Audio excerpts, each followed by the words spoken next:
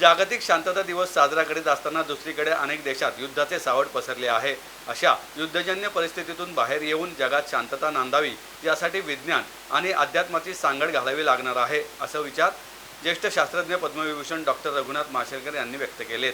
MIT world peace university Vishwaraj बाग लोणी काळभोर येथे आयोजित जगातील सर्वात मोठ्या शांती घुमटात 10व्या जागतिक विज्ञान धर्म अध्यात्म आणि तत्वज्ञान संसदेच्या उद्घाटन प्रसंगी ते प्रमुख पाहुणे म्हणून बोलत होते। या प्रसंगी ज्येष्ठ संगणक तज्ज्ञ Padma Vibhushan doctor Vijay Bhatkar, the power of worlds फाउंडेशनच्या संस्थापक Deborah Sawaf, doctor Diniz Corda, Jain धर्मगुरू आचार्य लोकेश मुनी, प्राध्यापक रुझान पशरू प्रमुख पाहुणे म्हणून उपस्थित होते। अध्यक्षस्थानी MIT वर्ल्ड पीस युनिव्हर्सिटीचे संस्थापक अध्यक्ष विश्वधर्मी प्राध्यापक डॉक्टर विश्वनाथ कराड होते। तसेच MIT WPUचे कार्याध्यक्ष राहुल कराड, NDT युनिव्हर्सिटीचे कार्याध्यक्ष डॉक्टर मंगेश कराड, WPUचे कुलगुरू डॉक्टर RM चिटणीस, संस्थेचे मुख्य समन्वयक व कुलगुरू प्राध्यापक डॉक्टर मिलिंद पांडे उपस्थित होते। रघुनाथ माशेलकर म्हणाले, जागतिक शांततेच्या दिनी इराणहून इस्रायलवर 200 मिसाईल दागण्यात आले। दुसरीकडे रशिया आणि युक्रेन या दोन देशांमध्ये युद्ध सुरू आहे। अशा परिस्थितीत जागतिक शांतता दिवस कसा साजरा करू शकतो? तसेच उच्च शिक्षणात व्यावसायिक अभ्यासक्रमाला अधिक महत्त्व देण्यात आले आहे। त्यामध्ये विज्ञान आणि अध्यात्म यांची सांगड घालणे कठीण झाले आहे। अशा वेळेस विज्ञान आणि अध्यात्माची सांगड घालून नवी पिढी घडवू शकतो। अध्यात्म हे अनुभवांवर आधारित असून आत्मिक आणि मानसिक शांतता मिळते। वर्तमान काळात दलाई लामा, नेल्सन मंडेला या Martin Luther king, Mahatma Gandhi यांच्याकडून प्रेरणा घेण्याची आवश्यकता असल्याचं त्यांनी सांगितलं। डॉक्टर विजय भटकर म्हणाले, 21व्या शतकात शांततेने जगू शकू का हा प्रश्न सातत्याने निर्माण झाला आहे। सध्याच्या काळात मशीन आणि मनुष्य अशी जोडी भयानक वाटत असल्याचं त्यांनी सांगितलं। डॉक्टर विश्वनाथ कराड म्हणाले, जगात शांतता नांदावी ही आता काळाची गरज आहे। जगाची परिस्थितीकडे आपण पाहिल्यास संत ज्ञानेश्वर महाराज, संत तुकाराम महाराज, महात्मा गांधी यांचे विचार अंमलात आणावे। आपल्या विचारातून आळंदी, अयोध्या, अजमेर या शहरांना जोडावे लागणार असल्याचे त्यांनी सांगितलं। राहुल कराड म्हणाले, विद्यार्थ्यांमध्ये नेतृत्व क्षमता विकसित करायची आहे। यामध्ये शिक्षण संस्थांची भूमिका महत्त्वाची आहे।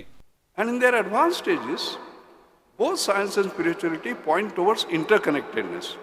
Like the quantum entanglement concept in physics shows that particles are deeply interconnected regardless of the distance. Spiritual traditions have long taught the interconnectedness of all life, often expressed as we are one. This is very interesting. So I think there is a big case for understanding and building the complementarity of science and spirituality.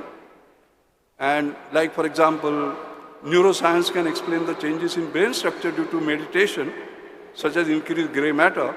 Meanwhile, spirituality offers the practitioner the personal experience of inner peace and altered consciousness that is brought through meditation.